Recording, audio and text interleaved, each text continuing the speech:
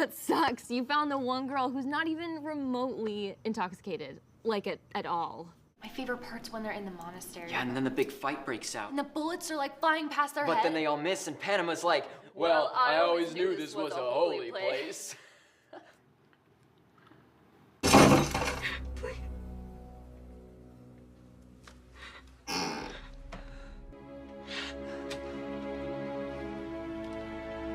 It's okay, we can come out. So you can stay in this mess, but I don't have to. You can say goodbye, but I am taking them and I am leaving.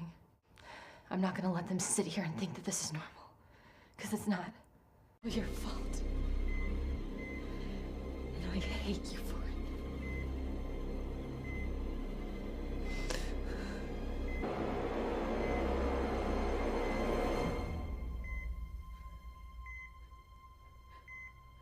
But I forgive you.